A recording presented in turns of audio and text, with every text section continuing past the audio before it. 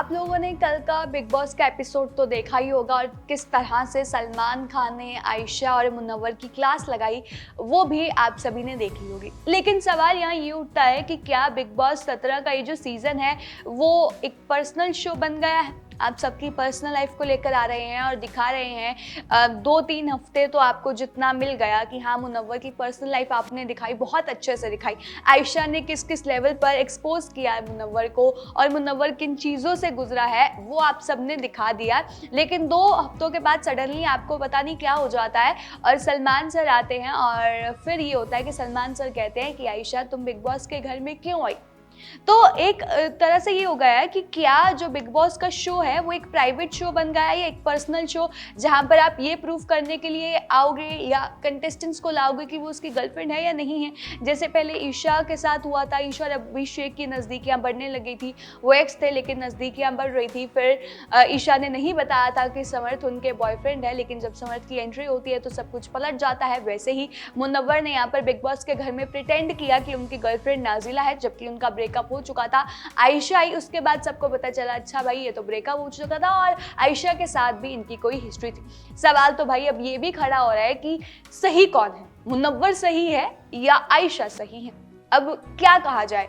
अब कई लोग कह रहे हैं कि आयशा फेम के लिए आई, लेकिन कई लोगों ने कहा कि मुनव्वर को एक्सपोज किया, सही किया। सबकी सच्चाई सामने आनी चाहिए थी। लेकिन अगर ये है ना कि अगर आपको फेम नहीं चाहिए था और अगर आपको रिलेशनशिप की इतनी कदर थी तो आपको शो में नहीं आना चाहिए था, आप थोड़ा वेट कर लेते।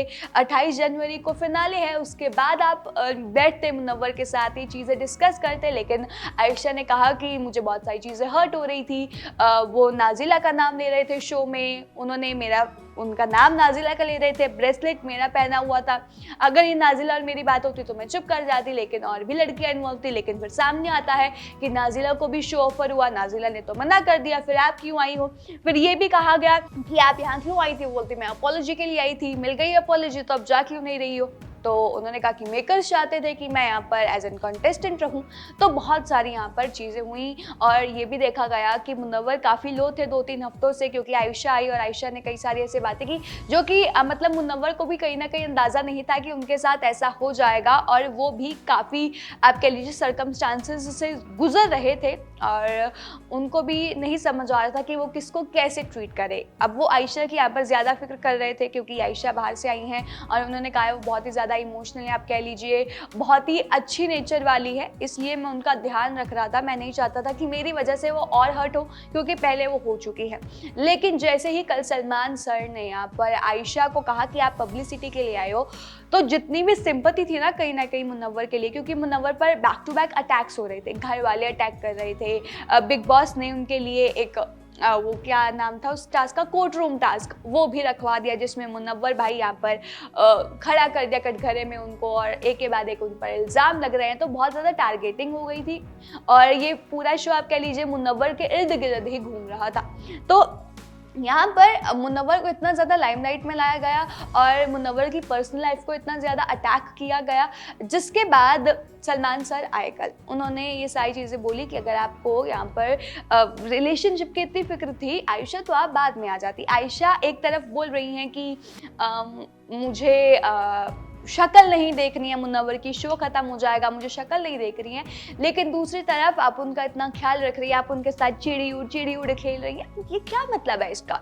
आप एक तरफ कह रही हैं कि मुझे उसके साथ कोई रिलेशन नहीं रखना, मुझे घर के बाहर जाकर उसकी शक्ल नहीं देखनी, उसके साथ कोई रिश्ता नाता नहीं रखना, और दूसरी तरफ अगर वो कुछ बोल रहे हैं तो आप उनके पास में भी जा रही हो। कहीं ना कहीं वो निकाह की बात भी हुई थी जिस पर फिर यहाँ पर मुनव्वर ने एक टर्निंग पॉइंट ले लिया। मतलब जितनी भी सिंपैथी थी यहाँ पर कि मुनव्वर को बारी बारी अटैक किया जा रहा है, आप किसी को इतना भी वो मत करो कि भाई वो टूट ही जाए। लेकिन कल क्या हुआ, जब आयशा गिर गई, उनको चक्कर आ गए और उनको मेडिकल रूम में ले जाया गया, तो क्या देखने को मिला कि भाई मुनव्वर हंस रहे थे। तो वहाँ पर जितनी सिंपैथी थी ना वो कम हो गई मुनव्वर के लिए कहीं ना कहीं, क्योंकि आप इतने दिनों से इतना कर रहे हो। सलमान सर ने सडनली कुछ बोला और वो मेडिकल रूम में है, उसकी हालत पता नहीं कैसी है, वो कंटिन्यूसली रो रही है और आप यहाँ पर हंस रहे हो।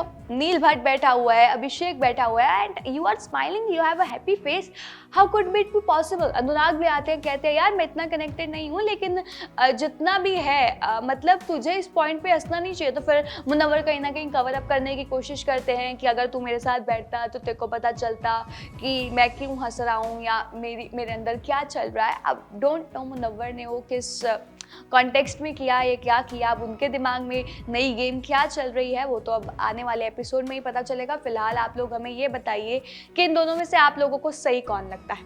मुनव्वर आपकी नज़रों में सही है या आयशा खान सही है, वो हमें कमेंट करके ज़रूर बताइएगा। वो भी कल के, अगर आपने कल का एपिसोड देखा है तो आप उस पॉइंट को और ज़्यादा अच्छे से समझ पाए होंगे कि सही कौन है। तो आपकी नज़रों में सही कौन है वो हमें कमेंट करके ज़रूर बताइएगा। और तमाम इसी और जानकारी के लिए बने रहिएगा हमारे चैनल न्यूज़ बुक के साथ।